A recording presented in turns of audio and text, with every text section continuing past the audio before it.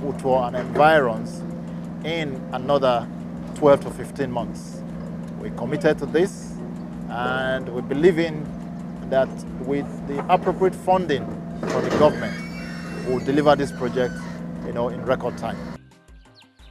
The trajectory of good working relationship between B.O.R.B.D.A and the national lawmakers from the catchment area has continued to wax stronger. The end result are various projects addressing the water supply need of the people. Tens of water supply schemes have been either constructed newly or rehabilitated. A solar-powered motorized borehole was constructed serving the need of the people of Owan East and Owan West Federal Constituency. Before, we dey suffer for water. We dey go river. Small time me say they can't do this borehole. They do am, we can't dey fetch and dey enjoy the borehole. A borehole with 4 plastic tanks was constructed at Eseko Federal Constituency. In Ekiti State, over 40 water supply schemes of different types have been carried out and are operational across the state. Oni River Dam in Ekiti State, a 500 cubic meter storage capacity water supply project, has been rehabilitated with reticulation. This is an intervention project.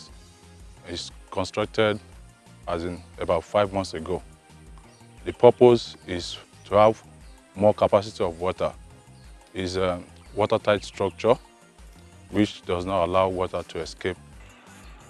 The topography of Efalaye in Ekiti State had seen the people struggle for access to potable water for years. But the intervention of the river basin has assuaged their pains of the past.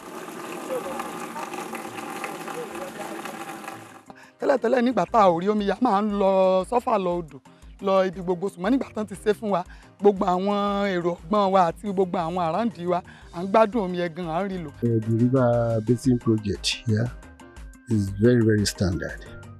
They are doing fine, and we are very lucky to have water at a point very near the market there. The River Basin Authority came sometimes and created a water reservoir for us close to the maternity centers in Alade at Market Road. And they have channeled the same facility to the market, which everybody is enjoying. Ondo State was lucky to have this dam situated in Igbaraoke, a federal local government area of the state. But that luck has remained locked down, just like this stranded water in the dam. The multi-purpose project has one of the largest water reservoirs in the southwest.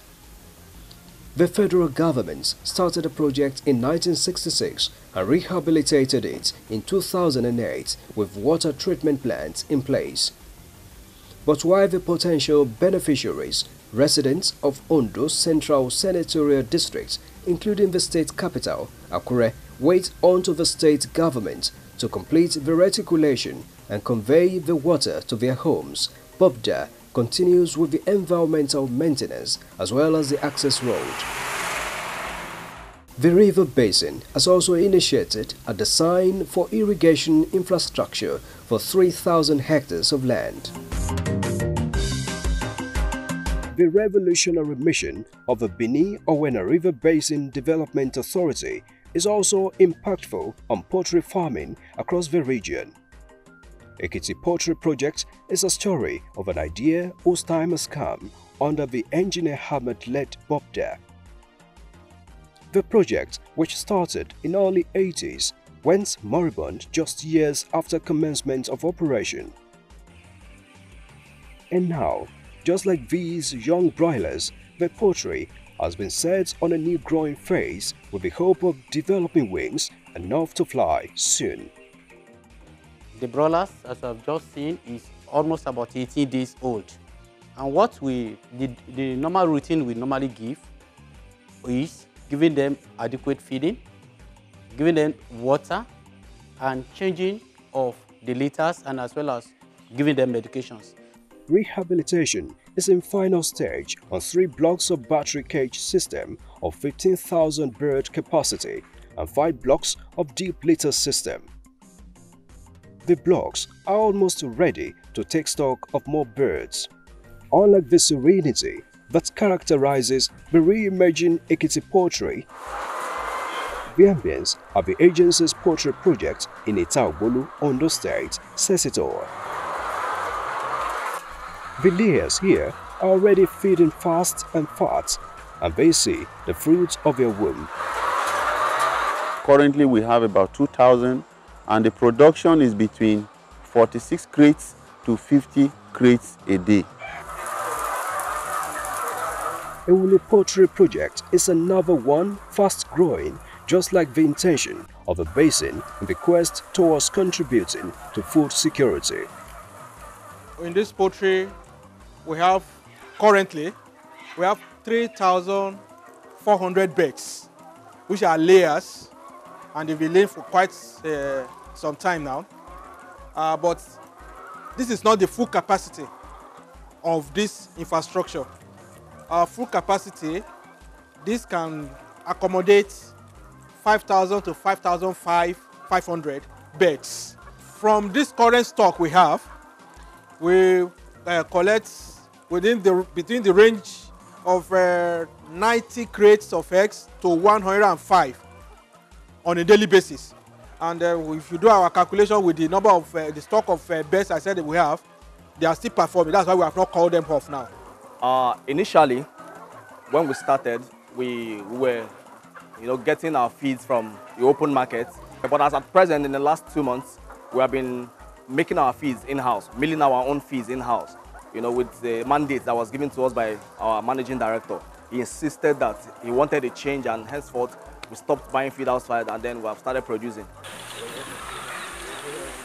The project here also includes oil palm plantation and nursery. There, we raise seedlings for farmers and for plantations. As I speak with you now, this year, we have been able to raise 4,500 seedlings, oil palm seedlings. In years, Auchi, in Esako local government area, has had its fair share in the environmental disaster of gully erosion in Edo State. But the agency has taken up its responsibility of erosion control to protect the lives of the people and the environment. That commenced with the remediation of gully erosion sites in Auchi. As now, as we were doing that with rainfall, every person were running inside in the cottage suburb and everything. But the past time now, this job was well done. It has to stop for this side. So we pray to the government. We want government, as they fail to help us for this front one, may they still help us for the down one again. Now we will see now, people when we won't get us for that down, we don't run come up for us. What we do in mitigating the effects of flooding is first and foremost to have reliable data to tell us about the flood seasons and how it affects. So when you have that information, you are armed and prepared those downstream.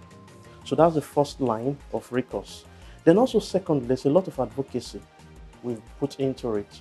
With the data available, because we've improved on our river gauging stations, on our weather stations, we are armed to inform the farmers when and where to plant. Under 3 years of the new management, the impact of the Benin-Owena River Basin Development Authority (B.O.R.B.D.A) is being felt across board, and the beneficiaries are asking for more.